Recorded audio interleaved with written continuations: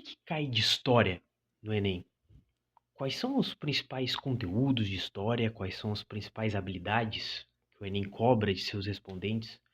Será que cai mais história do Brasil? Será que cai mais história da Europa? Quais são os principais períodos de história que caem no Enem? Cai mais Idade Antiga, Idade Média, Idade Moderna?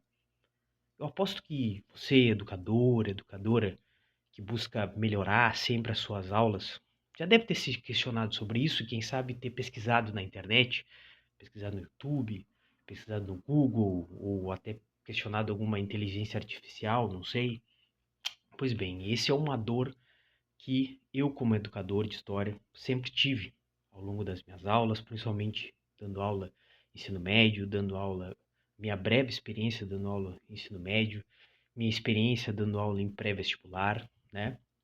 Muitas vezes pesquisando na internet, também vendo colegas pesquisarem na internet sobre isso, e muitas vezes encontrando respostas um pouco vagas, né? Muito focadas em conteúdo, né? E muitas vezes quando eu ia montar minhas aulas, eu não encontrava exatamente aquilo que eu tinha buscado, né? Eu via que nas questões de história do Enem estava um pouco diferente daqueles resultados que eu buscava. Pois bem, esse vídeo ele tem exatamente essa proposta de responder esse questionamento. O que cai de história no Enem? Quais são os principais conteúdos? Quais são as principais habilidades que o aluno precisa desenvolver para responder essas questões?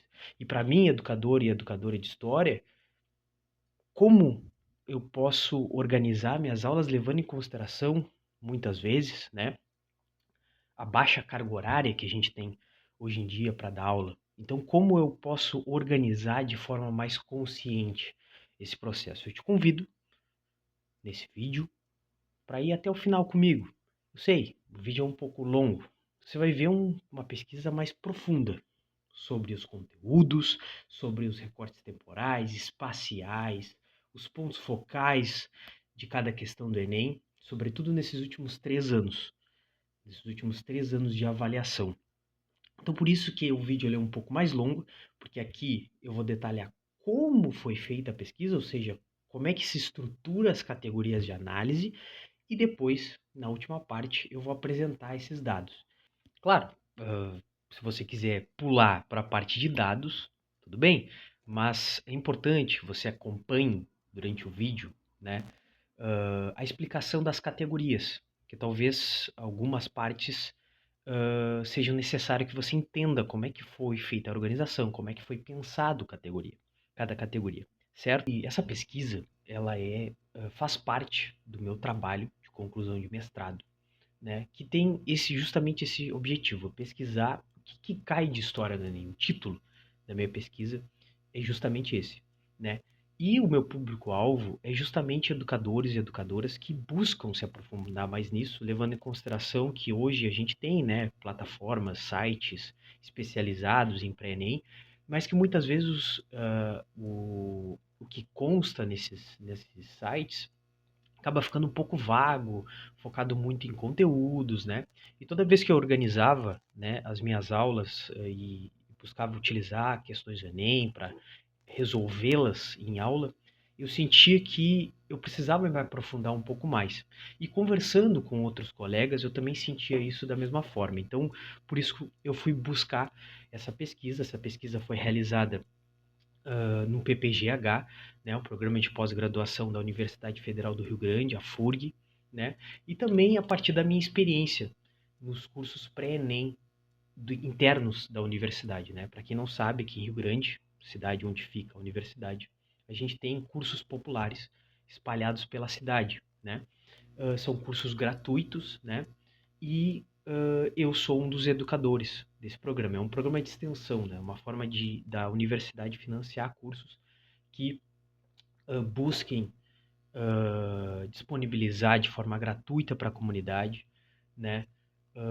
Cursos pré-ENEM, né? Para auxiliar que pessoas da comunidade, pessoas socialmente vulneráveis, economicamente vulneráveis, possa ter maiores oportunidades de conseguir melhores condições de entrar na universidade. Um dos cursos é o Fênix, a qual eu estou com a camiseta aqui, né? Eu sou um dos educadores de história, já faço parte da equipe já há 4 anos e nesse processo, né, de aprendizado, porque esses cursos também servem para nós educadores que estamos fazendo graduação, mestrado, doutorado, né, aprendermos a dar aula, né? E nesse processo de experiência eu achei interessante, né, no meu mestrado fazer uma pesquisa um pouco mais profunda nesse sentido. Então, a ideia desse projeto aqui é justamente buscar formas melhores de organizar nossas aulas de história, né? Justamente na preparação dos nossos alunos para o Enem. Bom, e como foi organizado essa pesquisa, né? Como colocado anteriormente, o meu objeto de pesquisa é o Enem, né? As questões de história do Enem. O meu recorte temporal foi os últimos 3 anos, 2022, 2023, 2024, justamente para que a gente conseguisse analisar, né, como vem sendo esses últimos anos do Enem, né, e também que a gente conseguisse ter um recorte que a gente pudesse comparar, de certa forma, alguns dados. Ao longo do vídeo eu vou colocar alguns slides, né, tanto de explicação das categorias, como apresentando os dados aí. Só que eu não consigo fazer com tanta profundidade aqui, certo? Porque senão o vídeo vai ficar horas e horas, né? Aqui é uma apresentação geral dos dados. Você que quer se aprofundar um pouco mais, sobretudo em cada ano, né? Porque aqui eu vou colocar os resultados da pesquisa de forma comparativa.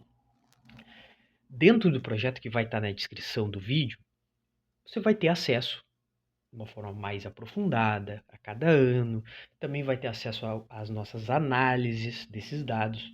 Aqui eu vou fazer algumas análises gerais, né, desse processo, mas aqui serão apresentados os dados gerais e algumas análises gerais, certo? Então eu te convido, se quer se aprofundar um pouco mais, só entrar na nossa dissertação de mestrado, né?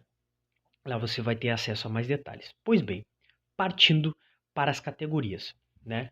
O nosso projeto ele se organizou de forma geral em 3 categorias. Essas 3 categorias, elas têm categoria geral e subcategoria. Todas as 3. A gente vai detalhar aqui o que são cada dessas categorias e como elas se organizam. Pois bem, aí você pode observar no slide que a gente está colocando aqui, um slide bem simples, bem direto, né? Na nossa pesquisa, a gente organizou em 3 categorias. A primeira categoria é a categoria temática, a segunda é os marcadores narrativos e a terceira é a categoria hipotético-dedutiva. Pois bem, quando a gente começou a analisar as questões, a gente observou a necessidade inicial de estabelecer o recorte espacial e o recorte temporal de cada questão. O que isso significa? Óbvio, alguns conceitos eu vou colocar aqui, levando em consideração que o nosso público-alvo são educadores e educadoras que, né, já estão no processo de formação, então alguns conceitos vocês vão saber mais ou menos do que eu estou falando. Alguns eu vou mais ou menos explicar, né, de forma geral, mas alguns eu vou citá-los, né? Para você que é, né, estudante, que está se preparando para o Enem e acabou chegando nesse vídeo, eu aconselho que pesquise sobre alguns conceitos, alguns eu vou tentar colocar aqui, certo? Mas também eu tenho certeza que você que está se preparando para o Enem vai conseguir aproveitar algumas coisas daqui, correto? Então vamos lá. A primeira questão que a gente observou olhando as questões do Enem, analisando as questões do Enem, era fazer esse recorte temporal e espacial. Pois bem, o que seria esse recorte temporal? O recorte temporal é estabelecer o período ao qual essa questão está inserida. Se essa questão ela está inserida, né, utilizando a linha temporal tradicionalmente utilizada na historiografia ocidental, né, Idade Antiga, Idade Média, Idade Moderna, idade contemporânea, né? Ou se ela está inserida na história do Brasil, se é Era Vargas, se é Primeira República, se é Brasil Colônia, né? É estabelecer esse recorte temporal. A gente também precisava estabelecer o recorte espacial, né? Se é a história do Brasil, se é a história da Europa, né? Também para que o educador, a educadora que quer acessar essas informações, possa conseguir observar quais são os principais recortes temporais, quais são os principais recortes espaciais para poder organizar a sua aula. Pois bem, surge primeiro a categoria temática. O que temos na categoria temática? Como você pode observar aí, objetivo 1 é classificar o âmbito espacial de cada questão. Então, como eu coloquei, se uma questão que está ambientada na história do Brasil, ela vai estar lá na categoria temática geral, história do Brasil. Se ela está inserida, por exemplo, em algum outro país da América, vai estar lá, sei lá, como a gente teve no resultado, história da Argentina. A gente procurou selecionar países só quando forem inseridos história da América. Quando são países em outras regiões, em outros continentes, a gente só selecionou o continente. Por exemplo, vão ter questões que vão trabalhar a história da França, Revolução Francesa, mas a gente estabeleceu como história da Europa. Se é um processo histórico que conecta diversos continentes, a gente colocou como história geral, certo? Então aqui nós temos a categoria geral, o recorte espacial. Como objetivo 2, ou seja, como subcategoria temática, a gente tem o estabelecimento do ponto focal de cada questão. O que isso significa? Cada questão, você que já leu alguma questão do Enem, né, sabe como é que funciona, normalmente as questões do Enem elas iniciam com algum tipo de texto, alguma imagem, seja uma fonte primária, uma fonte historiográfica, por exemplo, né? E muitas dessas fontes, principalmente as historiográficas, quando estão nas questões, elas citam diversos marcadores narrativos. Elas citam diversos processos históricos. Elas citam diversos personagens, né? Tudo isso a gente chama aqui de marcadores narrativos. Só que, depois desse texto historiográfico, dessa fonte primária, ela entra com um enunciado questionando alguma coisa sobre aquela fonte. Ela direciona o questionamento. Né? Muitas questões, por exemplo, elas vão trabalhar sobre relações de gênero, relações étnico-raciais, questões ambientais. Qual é o foco? Embora ela cite diversos marcadores narrativos, ela tem um foco, a qual ela se direciona, certo? Então, o objetivo 2 da categoria temática, ou seja, a subcategoria temática, ela tem exatamente esse principal objetivo, classificar o ponto focal de cada questão, certo? Então, se a questão ela cita diversos marcadores narrativos, mas no enunciado final, para finalizar o ciclo narrativo, ela direciona, por exemplo, para algum questionamento sobre relações de gênero, por exemplo, vai estar lá no objetivo 2, na classificação quantitativa, relações de gênero, certo? Quando a gente chegar na análise dos dados, vocês vão conseguir entender melhor o que eu estou dizendo aqui, tá? Mas é importante que a gente estabeleça esses conceitos iniciais para depois a gente entrar nos dados, tá? Categoria dos marcadores narrativos. Aqui a gente tem a organização realmente dos conceitos substantivos. Repare que na categoria temática e sobretudo na categoria dos marcadores narrativos, a gente tem uma organização desses conceitos substantivos, que para você educador e educadora já sabe, né?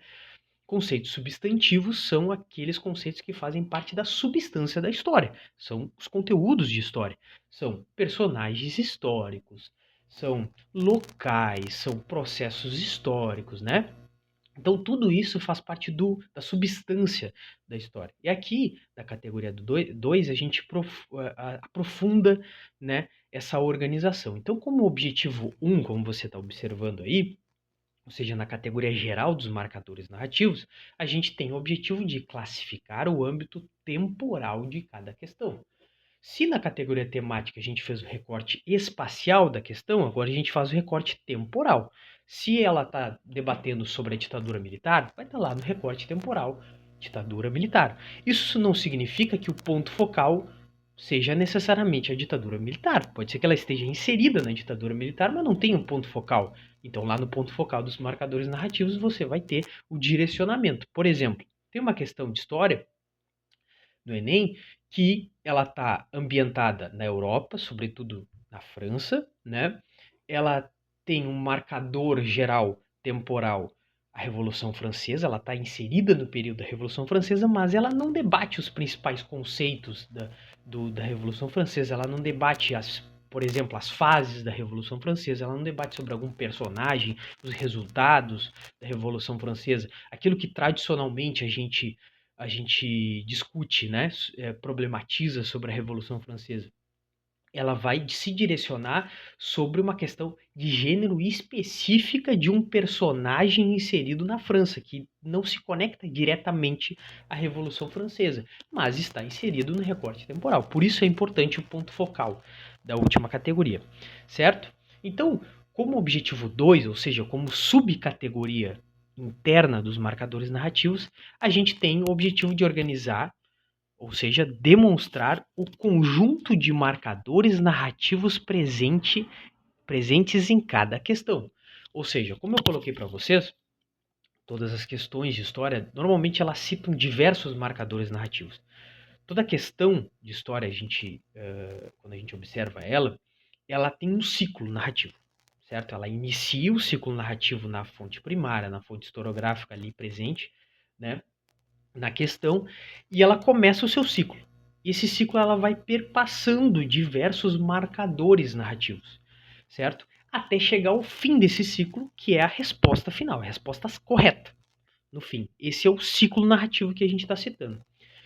Todo conjunto de marcadores narrativos presentes na questão estarão no objetivo 2, na subcategoria dos marcadores narrativos, mesmo que ele não seja conceitos substantivos que estejam no ponto focal, na parte final, mas todo conceito substantivo que estivesse presente ao longo do ciclo narrativo, ele vai estar presente aqui. Mesmo aqueles conceitos substantivos, aqueles marcadores narrativos que estão implícitos, que não necessariamente estão explícitos na questão. Esse dos implícitos a gente deixa para a próxima categoria, que eu já vou entrar nela, certo? Que aí vocês vão entender por que a gente colocou aqui também os marcadores explícitos. Correto? Então, tranquilo. Categoria temática, né? Focada no recorte espacial e o ponto focal de cada questão. Categoria dos marcadores narrativos, focada no recorte temporal e no conjunto dos marcadores narrativos presentes em cada questão. Certo? Pois bem, agora a gente vai para a terceira categoria. Na terceira categoria a coisa é um pouco diferente. Aqui a gente está indo agora se encaminhando e se aprofundando e organizando os conceitos de segunda ordem. Sim, colocando de forma geral, sem se aprofundar, né? Você, educadora, já deve entender um pouco mais sobre isso, né? Mas de forma geral, os conceitos substantivos, os conceitos de segunda ordem, perdão, são os conceitos que são responsáveis por estruturar a história como ciência, certo? São aqueles conceitos, né, que tornam a história uma ciência. Por exemplo, o conceito de evidência histórica, o conceito de narrativa, o conceito de fonte, né, de perspectiva, de anacronismo. Esses conceitos tornam a história uma ciência, certo? Assim como, se a gente for se direcionar para o ensino de história, a gente tem conceitos de segunda ordem que também procuram estabelecer, né, essa estrutura do ensino de história. Então a gente buscou trazer esses elementos teóricos para também analisar essas questões do Enem, sobretudo para a gente entender a profundidade dessas questões do Enem e quais são as habilidades que o Enem busca dos seus respondentes, justamente para você, educador e educadora de história, entender quais são os tipos de abordagem que você pode utilizar, né? Como organizar suas aulas a fim de desenvolver essas capacidades, né, para trabalhar com o seu aluno na preparação do Enem. Então, como você está observando aí, a terceira categoria ela é chamada de hipotético-dedutiva. Por que essa palavra? Pois bem, essa metodologia, né, essa organização categórica, a gente tomou como base teórica a metodologia proposta por Paulo Feldus em 2017. Ele fez uma análise do Enem de 2016. Ele propôs essa metodologia a fim de entender a mobilização da consciência histórica dos alunos a partir de provas objetivas, provas de múltipla escolha. Claro, se a gente for entrar no campo teórico do ensino de história, sobretudo em áreas como educação histórica, por exemplo, busca-se observar a consciência histórica de cada aluno a partir, sobretudo, de respostas dissertativas, né? O campo de investigação da educação histórica, né? Ela busca, né, entender a consciência histórica, levando em consideração que há um consenso dentro da teoria da história, de que todos nós temos consciência histórica, mas temos tipologias, né, como já colocado as tipologias do Rising, né, todos nós temos tipos de consciência histórica, mas é estabelecido, né, já é algo pacificado dentro do ensino de história, dentro do debate científico, de que todos nós temos consciência histórica. Mas essas abordagens, esses campos de investigação, eles buscam sobretudo em respostas dissertativas. Aqui a gente não tem resposta dissertativa no Enem. Então, como é que a gente pode identificar se uma questão mobiliza a consciência histórica do aluno ou não? A partir de questionamentos fechados, ou seja, de questionamentos objetivos, de múltipla escolha, né, em que o aluno não precisa escrever, mas selecionar uma resposta. Então, ele propôs essa metodologia, né, que aqui eu vou explicar de forma muito geral, né, você que quer se aprofundar sobre metodologia, que é muito interessante, vai lá na nossa pesquisa, certo? Então, de forma geral, essa metodologia ela se propõe a classificar as questões em três grandes âmbitos. O âmbito de questões interpretativas, questões informativas e questões mobilizadoras da consciência histórica. O que são essas questões? De forma muito simplificada e muito direta, certo? Questões que buscam dos seus respondentes, dos estudantes que vão fazer a prova, questionar algo que já está presente na questão, ou seja, questionam algum tipo de conteúdo que o aluno ele não precisa de conhecimento prévio. Ele só precisa interpretar o texto, a fonte primária presente na questão, a fonte historiográfica presente na questão, ou seja, o corpo da questão, buscar nos marcadores narrativos a resposta. Ele não precisa ter nenhum tipo de conhecimento prévio. Ele só precisa interpretar a questão de forma superficial. A questão ele já vai chegar na resposta correta. Isso são questões interpretativas. Questões informativas está muito mais adentrado naquele debate sobre decoreba, sobre decorar informações, né? Então o aluno, para responder essas questões informativas, ele precisa de um certo conhecimento prévio, mas não um entendimento mais complexo, mais profundo sobre aquele conteúdo específico debatido na questão. São normalmente questões que vão trabalhar sobre conceitos específicos, sobre algo dentro da história muito vinculado a que o aluno ele consiga decorar determinada informação, ele identifica essa informação presente na questão, ele consegue responder. Então tá ligado àquele ensino de história que incentiva o aluno tradicionalmente, né? A gente tem visto na história do nosso ensino, do ensino de forma geral, né? Incentivando o aluno a decorar as coisas, em vez de entender determinadas coisas. Então, nas questões mobilizadoras da consciência histórica, aí a gente já vai para um processo mais complexo. De forma geral e simplificada, a gente tem questões que o aluno ele precisa não só ter conhecimento prévio, mas ele precisa ter uma capacidade maior de consciência histórica, uma capacidade mais complexa de consciência histórica, né? E o que é essa consciência histórica, né? Como o Rising coloca, né? Consciência histórica é a nossa capacidade de fazer uma ligação, né? Como é que a gente, como funciona essa nossa capacidade de conectar o passado com o presente e a nossa capacidade de criar perspectivas para o futuro, de formatar o futuro, né? Então, a nossa consciência histórica ela é esse processo, né? De conectar os diferentes tempos, né? O passado, o presente e o futuro. Como é que a gente conecta esses processos? E uma consciência histórica mais complexa, ela é capaz de interligar processos históricos, seja eles no presente, seja eles no passado, né, de uma forma mais complexa. Ou seja, como é que isso funcionaria numa questão do Enem? Uma questão do Enem que cita alguns determinados marcadores narrativos e no seu questionamento final ele traz, ele, ele busca do aluno que ele consiga conectar os marcadores narrativos explícitos na questão com marcadores narrativos implícitos, ele está mobilizando sua consciência histórica. Questões que não são óbvias, questões que o aluno precisa mais do que uma interpretação superficial, o aluno ele precisa mais do que uma decoração de certa informação, em que ele precisa trazer outros marcadores implícitos na questão para conseguir fechar o ciclo narrativo.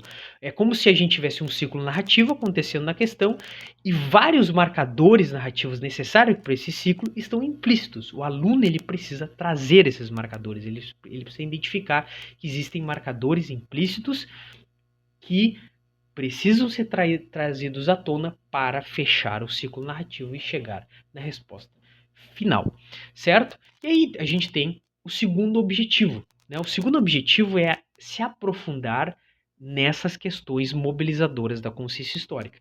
No interior dessas questões mobilizadoras, justamente no interior desse processo feito pelo aluno de mobilizar marcadores narrativos implícitos na questão, quais são os tipos de habilidades, quais são os conceitos disciplinares que o aluno precisa mobilizar para compreender aquela questão e finalizar o ciclo narrativo. E aí a gente traz outra referência teórica, que é o Seixas, em 2017, ele vai propor conceitos disciplinares, que são justamente conceitos de segunda ordem, como eu coloquei para vocês, mais focados no ensino de história, né? Ele vai colocar alguns conceitos importantes para a gente desenvolver nos nossos estudantes, né?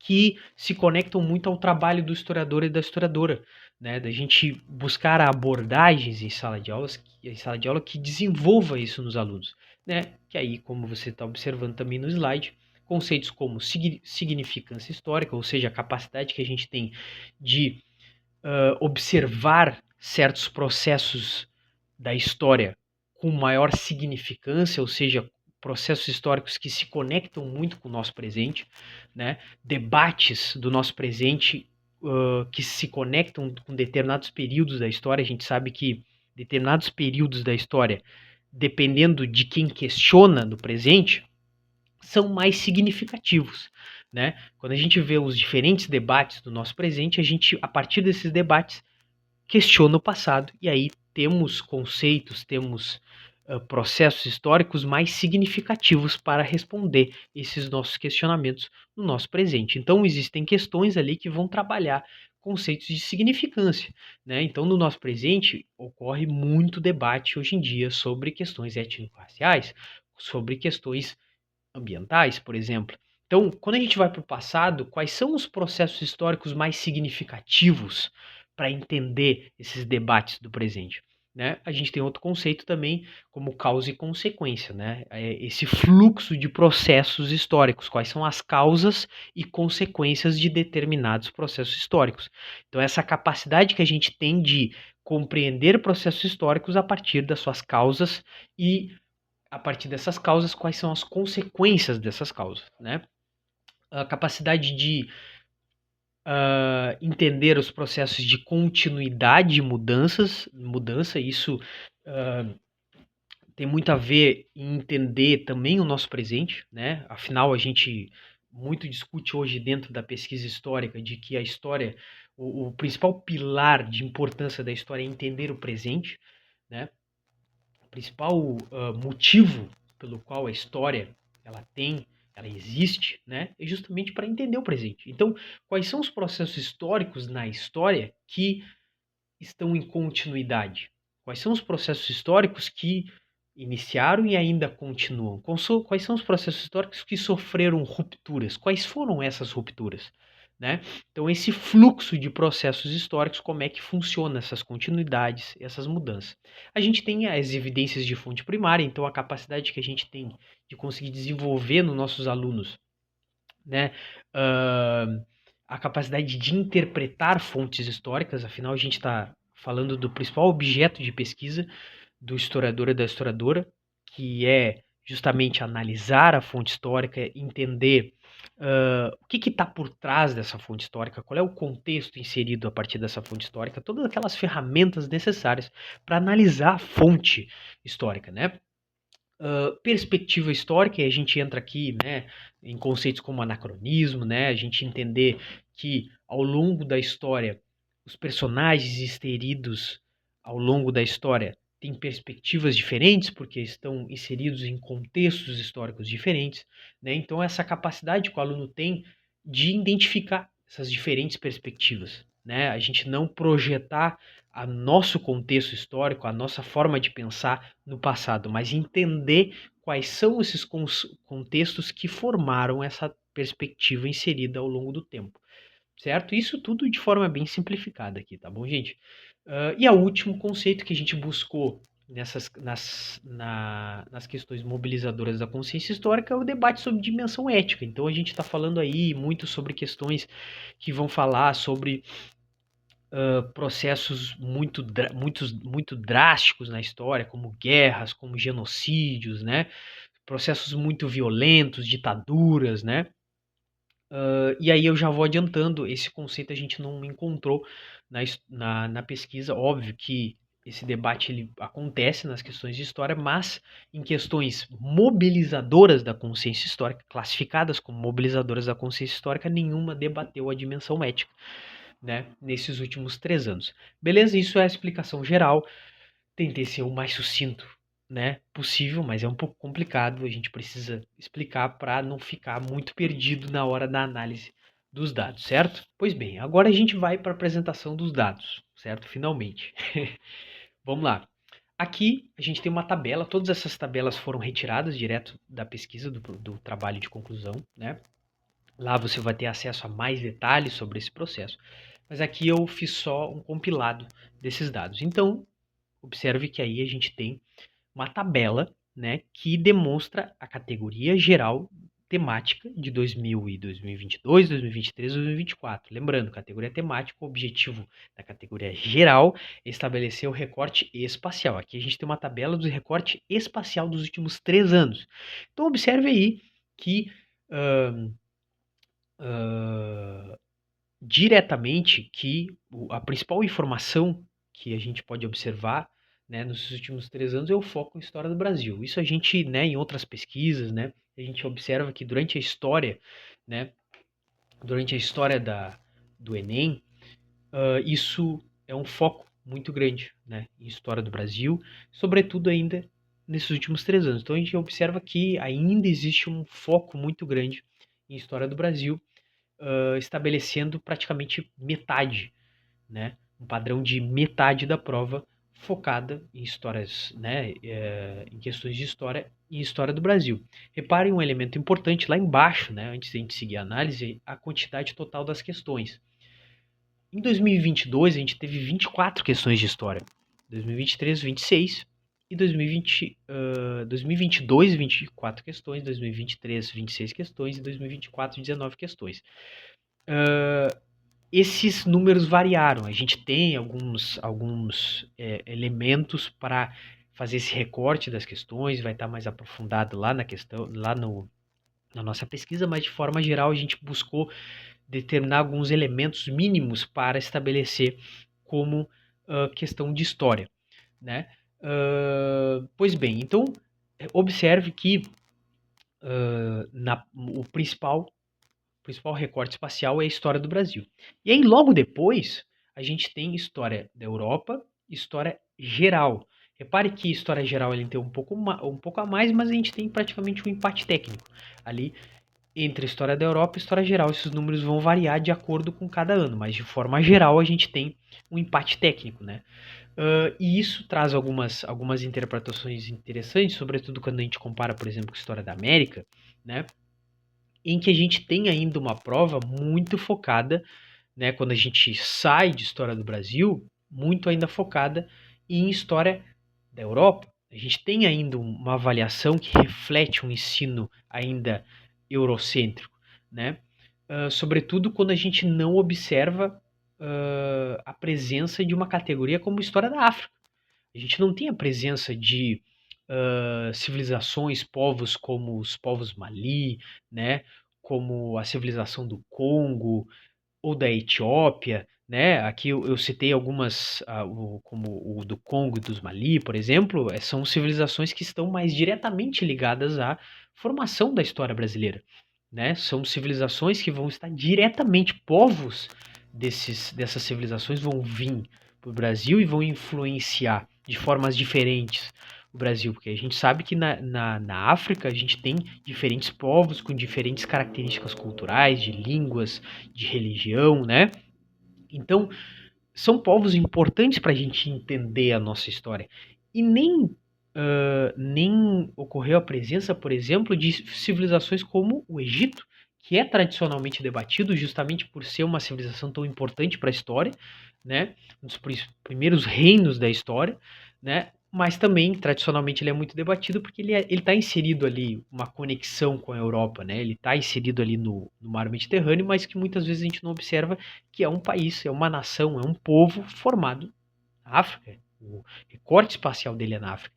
Nem civilizações como o Egito ou a Mesopotâmia, no Oriente Médio, esteve presente aqui nesses últimos 3 anos, certo? Então, nós temos ainda uma prova em termos de recorte espacial ainda muito eurocêntrico, né? Mas muito mais focado em história do Brasil. Isso não significa que depois a gente vai ver isso nos marcadores narrativos, por exemplo, no ponto focal, que não existam debates problemáticas presentes nas questões do Enem que debatam a influência africana no Brasil, a influência indígena, por exemplo. A gente não teve a presença de povos como povos do Guarani, por exemplo, Yanomami, né? Povos que estavam no território brasileiro antes da chegada do europeu, antes da invasão europeia, né? Então, não ocorreu essa presença, mas essas problemáticas existem no Enem, mas não como recorte espacial, não como uma categoria autônoma de recorte espacial, mas em debates inseridos ao longo da história do Brasil, né? Então, movimentos sociais indígenas, movimentos sociais étnico-raciais presentes ao longo do tempo da história do Brasil já como um país, como uma nação, né? Ali a gente tem ainda a presença da história da América, a presença da história da América está muito mais focada em sociedades que já estão mais estabelecidas no ensino, como maias, astecas, incas, né? A gente tem uma questão de história da Ásia, debatendo mais Coreia, né? A guerra da Coreia do Sul com a do Norte. A gente tem a presença de uma questão de história da Argentina, focada na ditadura da Argentina, né? Do século XX. Enfim, aqui a gente consegue estabelecer um recorte espacial. Você, educadora que quer organizar melhor as suas aulas, levando em consideração o pouco tempo, você já consegue observar o principal recorte espacial presente no Enem. Se a gente for ir para a segunda categoria, que aí a gente já entra no segundo objetivo da categoria geral, né? Conselho que vá anotando aí para não se perder, né, a subcategoria temática, que são os pontos focais, né, a gente já consegue observar uma dinâmica muito maior aí, de uma presença maior de diferentes, né, pontos focais, né? A gente tem destaques como relações étnico-raciais, né? Relações de gênero, né? A gente tem a presença, né? Tem um debate forte ao longo dos 3 anos de patrimônio cultural material e material e imaterial. Então isso é um ponto essencial. Você que quer montar suas aulas, é importantíssimo que estabeleça os conceitos de patrimônio e toda a problemática, né, vinculado a isso, mas se a gente for observar, né, além, por exemplo, também da presença do conceito de capitalismo, né, suas fases do capitalismo, né, capitalismo industrial, capitalismo uh, monopolista, né, capitalismo financeiro, enfim, as fases do capitalismo, cai muito esse processo também, mas cai muito história social, cultural, movimentos sociais, né? Conflitos entre classe, né? Então rola muito esse debate, certo? Muito debate sobre significância histórica, muitos conteúdos substantivos que estão diretamente ligados às nossas problemáticas atuais, à nossa sociedade atual. Então dificilmente uma questão vai cair em que ela tem um fim nela mesma. A maioria das questões elas estão de alguma forma conectadas, a maioria delas muito fortemente, a debates da atualidade. Certo? Então, aqui você vai ter acesso, né, aos principais pontos focais, né,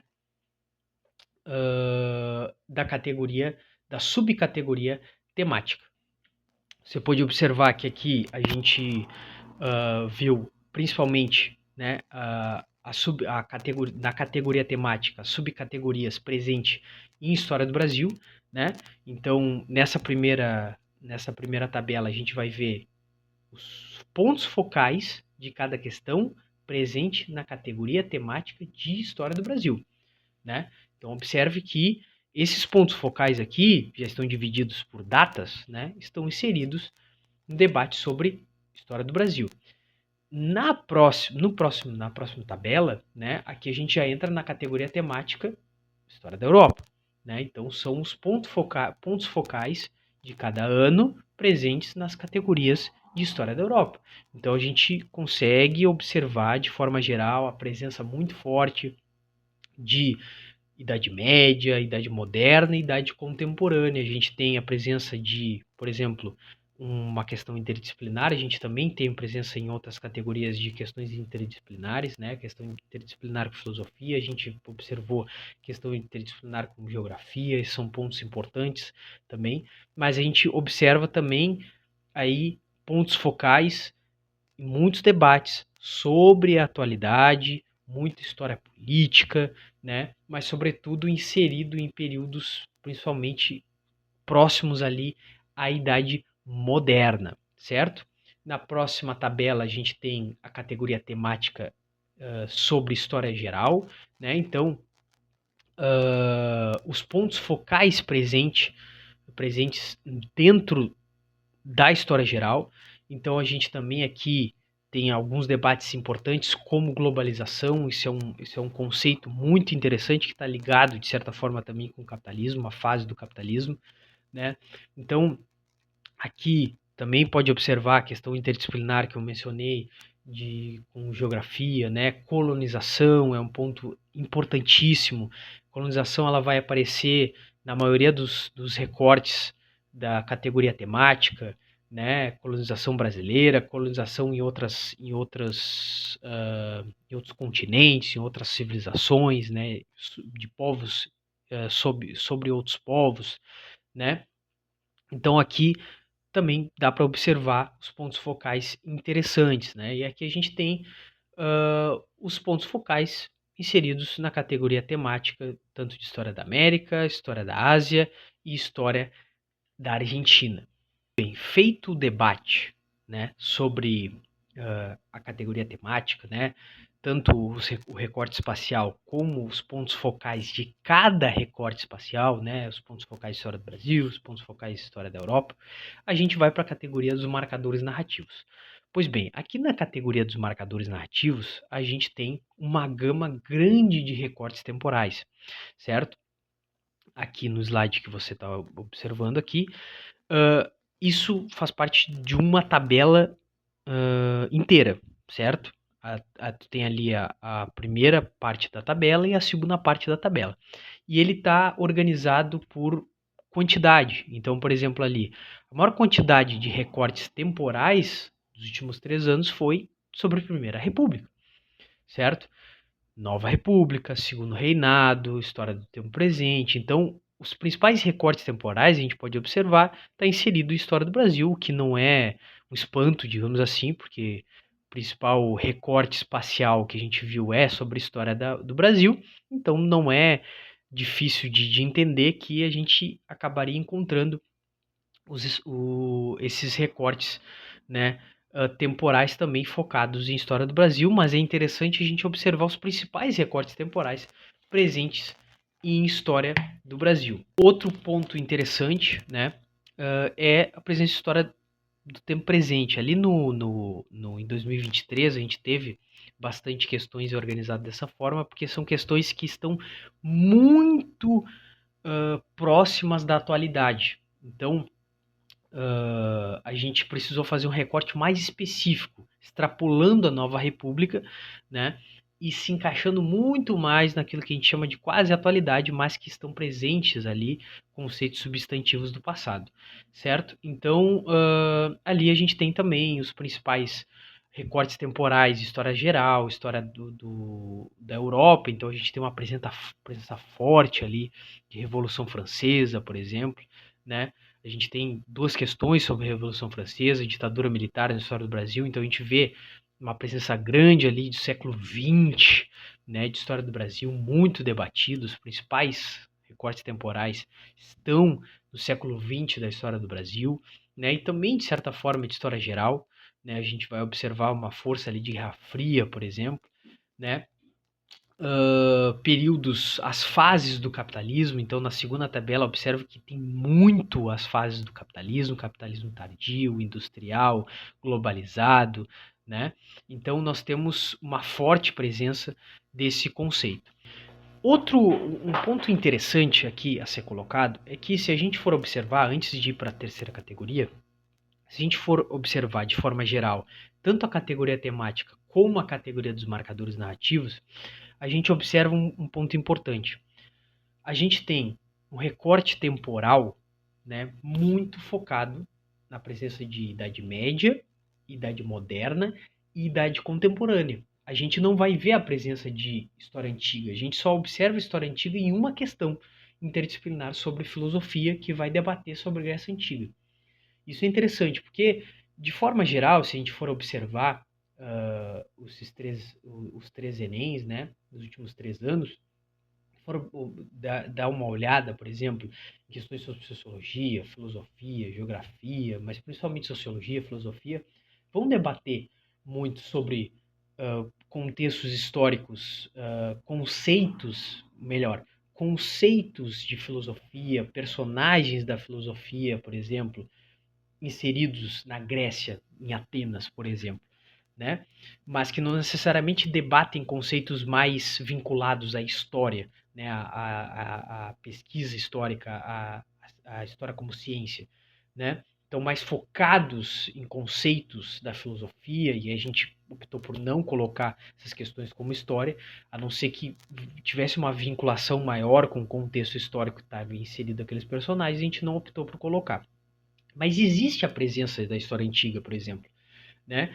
Só que muito mais vinculada às outras áreas do conhecimento. Então, quando a gente debate sobre questões de história, existe uma presença muito maior de Idade Média, ou só a presença de Idade Média, praticamente, Idade Moderna e Idade Contemporânea. Isso leva a um questionamento. Trabalhar ou não, por exemplo, períodos históricos como Idade Antiga, trabalhar ou não Grécia Antiga, trabalhar ou não Roma, por exemplo, Egito, né? Essas civilizações ali que estão na volta do Mediterrâneo, por exemplo, na Idade Antiga, muito tradicionalmente trabalhados, né? Existia esse questionamento. E aqui, a gente, na nossa análise, né, de forma geral, na pesquisa, como colocado, você vai encontrar de uma forma mais detalhada, mais aprofundada. É necessário tirar esses conteúdos? Sim e não. Por que sim e não? Porque, primeiro, e aí retornando, né, a um dos conceitos disciplinares do Seixas, que um dos mecanismos, uma das habilidades importantes para gente que a gente tem na história é estabelecer a continuidade e mudança, né? Causas e consequências. E para a gente entender a Idade Média, por exemplo, a gente precisa entender a Idade Antiga. É muito difícil da gente entender a Idade Média sem a Idade Antiga. É muito difícil a gente entender a história do Brasil sem influência europeia. Assim como a gente precisa entender outros continentes, outras sociedades que vão formatar a história do Brasil, é muito importante que a gente também entenda a história da Europa. E a história da Europa é feita desses períodos que se iniciam, né, mais no passado, mas também na Idade Antiga, né? Então a gente precisa entender essa influência da Idade Antiga na Idade Média, inclusive na Idade Moderna, a partir do Renascimento. Então, são processos históricos que a gente precisa entender. E mais que isso, a gente precisa entender que a história também é uma área do conhecimento estruturante para outras áreas do conhecimento. A filosofia, ela precisa que o aluno, para estudar filosofia, sociologia, geografia, enfim, sobretudo áreas das ciências humanas, também em outras áreas das exatas, né, quando a gente vai estabelecer história das ciências exatas, por exemplo, mas num debate mais das ciências humanas, a história é uma estruturante das fases, dos períodos da filosofia, por exemplo, né? Então, trabalhar esses períodos, mesmo que não caia diretamente em questões de história, é importante que a gente trabalhe. Mas entender essas tabelas dos recortes temporais, por exemplo, os pontos focais, né, levantados aqui, a gente consegue organizar de uma forma mais consciente as nossas aulas. A gente consegue observar que a gente precisa focar em determinados conteúdos, mas a gente precisa, talvez com não tanta profundidade, levando em consideração o tempo que a gente precisa administrar de aula, a gente precisa focar em determinados conteúdos para que a gente tenha uma aula mais organizada e mais eficiente nesse processo. Né? Claro, a gente está aqui debatendo muito mais especificamente a preparação para o Enem, mas a gente tem todo um debate da história que também vai além da preparação do Enem, né? Vai para um debate também de refletir sobre a nossa sociedade, refletir sobre formação histórica da nossa sociedade, compreender o nosso cotidiano, né, desenvolver alunos autônomos, né, e críticos sobre a nossa sociedade. Então, claro que o nosso ensino vai além. Aqui o nosso debate ele está focado muito mais nessa preparação para o Enem. Então, é interessante, né? São vários debates que vêm à tona a partir dessa análise e que você, educador e educadora de história, vai conseguir, né, com essas tabelas, eu tenho certeza que vai te ajudar melhor nessa organização da sua aula, né? Nessa organização de quais conteúdos, principalmente o foco, quais os recortes temporais, recortes espaciais, quais os pontos focais, né? Lembrando que o conjunto dos marcadores narrativos, né? Todos os marcadores narrativos que estão no segundo objetivo dos marcadores narrativos eu não coloquei aqui porque são uma quantidade imensa de marcadores narrativos que você vai encontrar na dissertação, certo? Então aqui eu foquei em colocar as informações que dão para ser analisadas, mesmo todos os marcadores narrativos, não tem como ser colocado aqui, porque senão ia ser muitas tabelas. Então, vamos para a terceira categoria, né, que é a categoria hipotético-dedutiva, né? Então, lembrando, né, que essa categoria, ela busca classificar as questões do Enem em interpretativa, informativa e mobilizadora da consciência histórica. Pois bem, focando nos resultados, a gente tem uma presença muito grande de questões interpretativas, né? Que são aquelas questões que o aluno ele busca simplesmente numa interpretação superficial da questão a resposta correta. Então, praticamente a metade das avaliações do Enem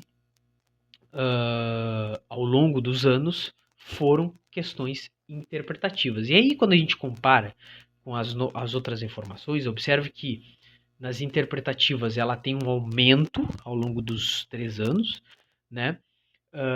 Claro, considerando que em 2019 a gente tem uma queda de questões de história, isso vai ser colocado ao longo do vídeo aqui, mas nós temos um aumento ali de 2022 para 2023 e uma certa média, né, pelo menos praticamente a metade, digamos assim, da prova, ainda de questões interpretativas.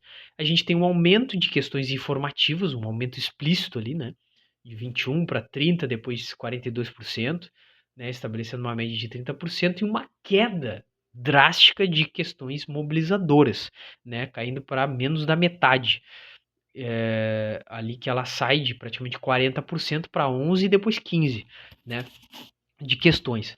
Isso é interessante porque isso abre para diversas análises.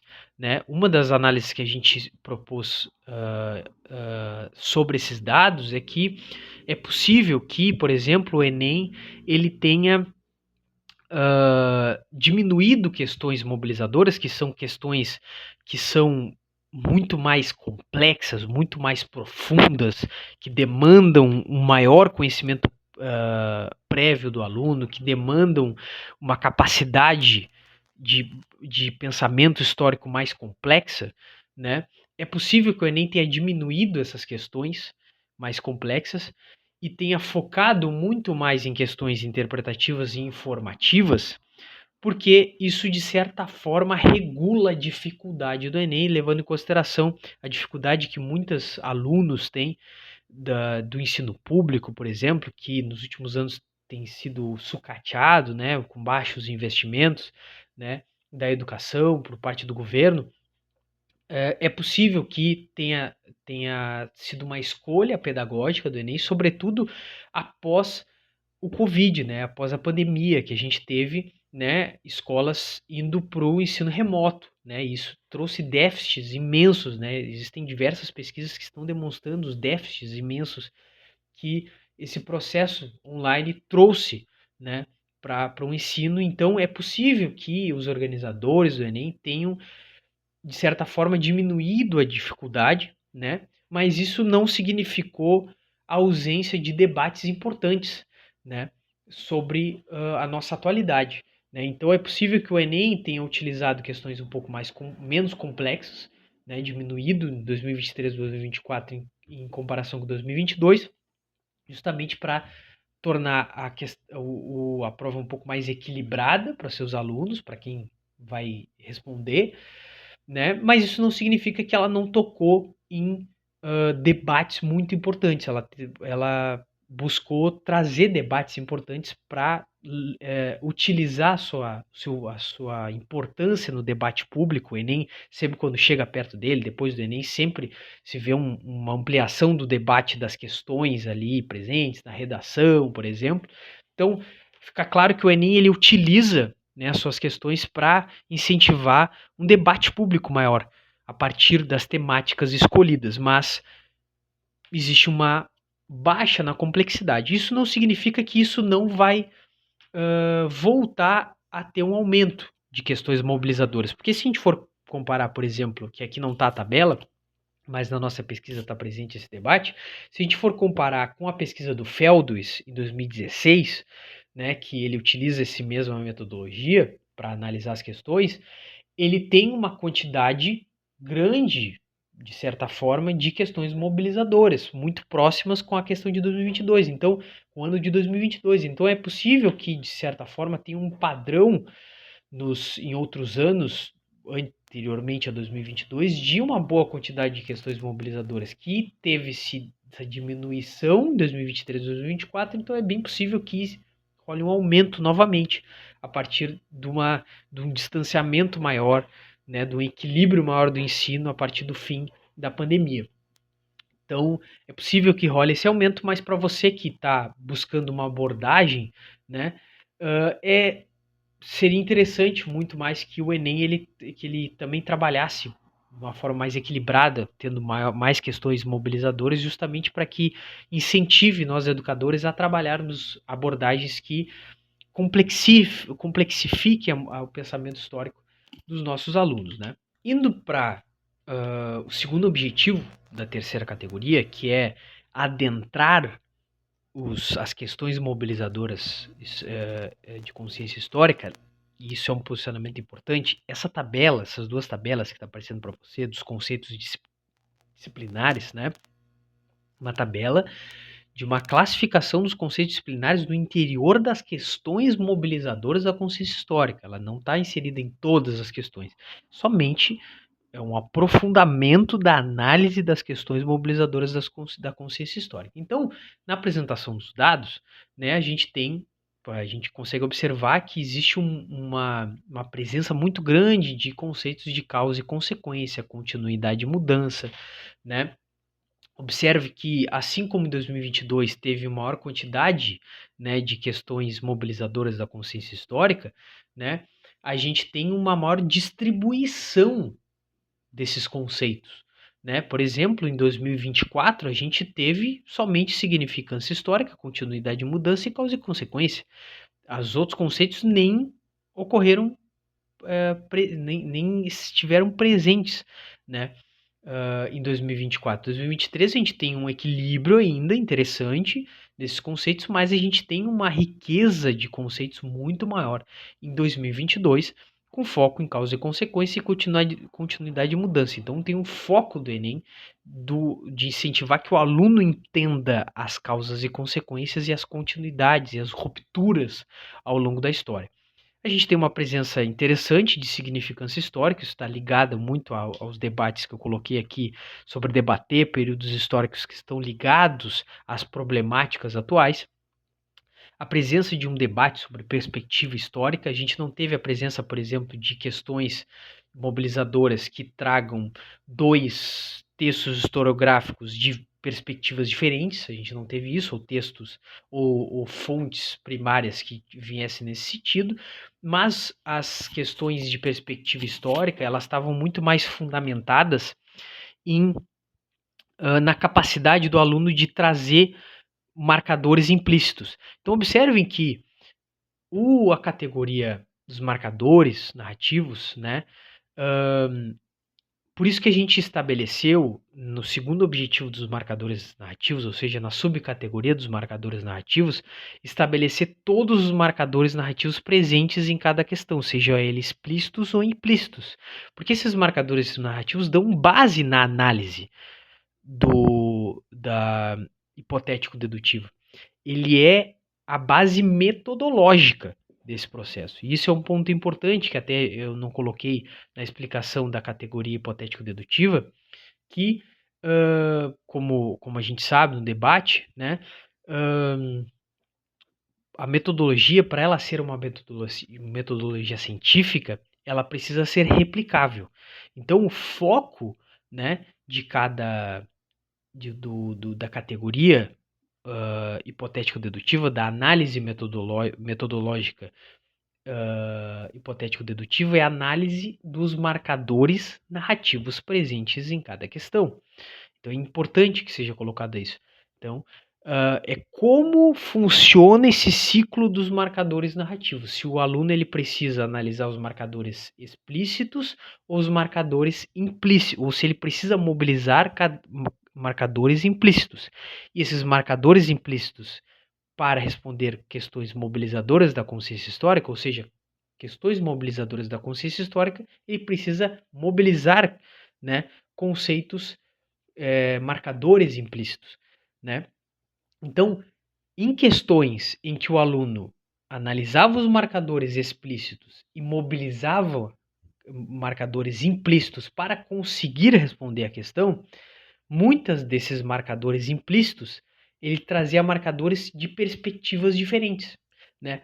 Por exemplo, tem uma questão, né, que ele vai debater sobre a guerra da Palestina, entre Israel e Palestina, né? Então ele vai trazer ali uma fonte primária, né? E aí aqui a gente entra, né? Essas questões mobilizadoras que trabalham com fontes primárias, vai ter a presença da conceito de evidência de fonte primária. Ele vai trazer, né, uma fonte primária que vai trazer uma visão muito mais da Inglaterra, né, um pouco antes do conflito, né, a declaração de Belfort, né, que ela é uma declaração que ela vai trazer uma perspectiva da Inglaterra, né, não explicitamente os interesses da Inglaterra, mas o que ela vai colocar para as outras sociedades, né, quais são os objetivos dela de forma aberta. Só que, implicitamente, o aluno, para analisar essa fonte histórica, ele precisa de alguns conhecimentos históricos para entender que a Inglaterra tinha outros interesses, né, implícitos para a região da Palestina. E o direcionamento da questão está muito mais direcionado às diferentes perspectivas presentes no processo histórico. Então, para responder essa questão citada, né, que vai estar lá na análise, dentro da nossa dissertação de mestrado, tem diversas questões que a gente analisa na prática, demonstrando como é que foi a análise da questão, né? para o aluno chegar na resposta, ele precisa trazer marcadores narrativos implícitos. E esses marcadores narrativos implícitos era a perspectiva, por exemplo, dos diferentes grupos étnicos presentes na Palestina, da perspectiva de Israel, por exemplo, então outras perspectivas históricas. Então as questões mobilizadoras que vão mobilizar a perspectiva, diferentes perspectivas históricas, né, são normalmente implícitas e não explícitas, certo? Ou seja, não vai trazer um debate explícito na questão de perspectivas diferentes. Isso é interessante, porque é interessante para nós educadores debater sobre isso, as diferentes perspectivas históricas presentes na história, certo? A dimensão ética não apareceu, o debate sobre evidência de fonte primária, análise de fontes primárias, só vai acontecer em 2022 e 2023. Isso não significa que não tiver a presença forte de fontes primárias, tiveram, mas também teve um peso maior em fontes, em questões interpretativas e questões informativas. Na segunda tabela você vai ter a presença ali em porcentagem desses conceitos disciplinares, a distribuição em porcentagem, né? E aqui a última tabela, a gente fez essa última tabela não entrou como categoria, mas ela serviu de base de análise também comparativo com os outros dados. Então é interessante também para você, educador, educadora de história. A gente sabe que hoje as abordagens em sala de aulas, as abordagens pedagógicas em sala de aula de ensino de história, ela está muito incentivada a debater, por exemplo, fontes primárias, analisar fontes primárias no processo de ensino, né? A gente pode observar aí que tem uma maior quantidade de fontes historiográficas ao longo dos 3 anos, né? Mas tu tem ali em 2023, por exemplo, uma boa quantidade de fontes primárias. Óbvio, aqui essa tabela, ela está fundamentada em todas as questões de história, certo? Então, ela vai perpassar todas as questões de história. Aqui tem um levantamento de todas elas. Observe que em algumas questões de história do Enem, ocorreram a presença de tanto fonte primária como fonte historiográfica. Então, existiam algumas questões, por exemplo, que trabalhava a fonte primária e uma análise historiográfica daquela fonte primária, e depois o questionamento. Então, ocorreram algumas questões sobre isso. Então, aqui você também vai ter acesso, né, uma quantidade interessante, demonstrando que é interessante que a gente trabalhe, além de fontes primárias, uma análise das fontes primárias em sala de aula para preparação para o Enem, a capacidade do aluno interpretar uma fonte primária, como essa que eu coloquei da Declaração de Belfort, né? Também a gente fazer análise de fontes historiográficas, colocar fontes historiográficas para o aluno e desenvolver essa capacidade dele interpretar, dele entender, desenvolver ferramentas de interpretação, de análise dessas fontes historiográficas, né? No processo das nossas aulas e tal. Pois bem, aqui a gente chega ao fim, né? De certa forma, o vídeo ficou um pouco longo, eu sei, mas eu tenho certeza que esses dados deu para contribuir de alguma forma, né, na elaboração das aulas de você, educador, educadora que está buscando esse processo, né? Então a gente tentou fazer uma forma um pouco mais equilibrada aqui, que não ficasse tão longo, né, tão detalhista, mas assim, ficaram muitas coisas de fora da nossa pesquisa. Por exemplo, na nossa dissertação, você vai encontrar uma análise de como é feita de forma geral, né, como é feita o Enem, por exemplo, a metodologia do TRI, né, de como são elaborada a distribuição das notas, das pontuações para cada questão, como é que são feitas a seleção das questões, né? Lá a gente tem um aprofundamento mais teórico, né, tanto sobre educação popular, né, conectado à minha experiência do Fênix, né, quanto também um debate mais teórico sobre ensino de história, sobre educação histórica, né, dando base para a nossa análise. Então, lá na nossa dissertação, a gente vai ter uma análise mais aprofundada desse processo, a gente dá exemplos de questões de história e dá exemplos, por exemplo, de questões interpretativas, questões informativas, questões mobilizadoras, como elas funcionam na prática, que aqui a gente optou não colocar para não ficar um vídeo gigantesco, né? Já ficou, de certa forma, um pouco longo, quase praticamente um podcast, né? Mas a gente tentou fazer de uma forma equilibrada, que a gente conseguisse apresentar os dados. Isso é importante, porque muitas vezes a gente debate dentro da universidade, e até fora da universidade, né? Que as pesquisas históricas elas ficam dentro da universidade e acabam não saindo, muitas vezes.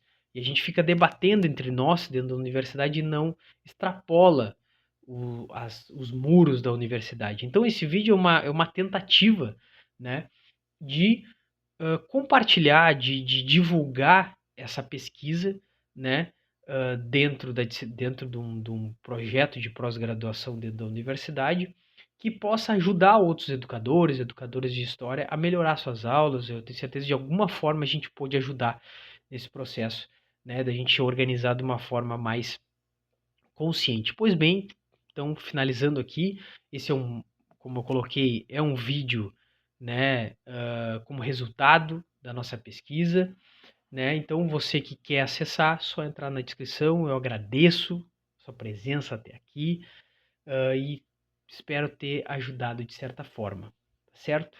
Muito obrigado e até a próxima.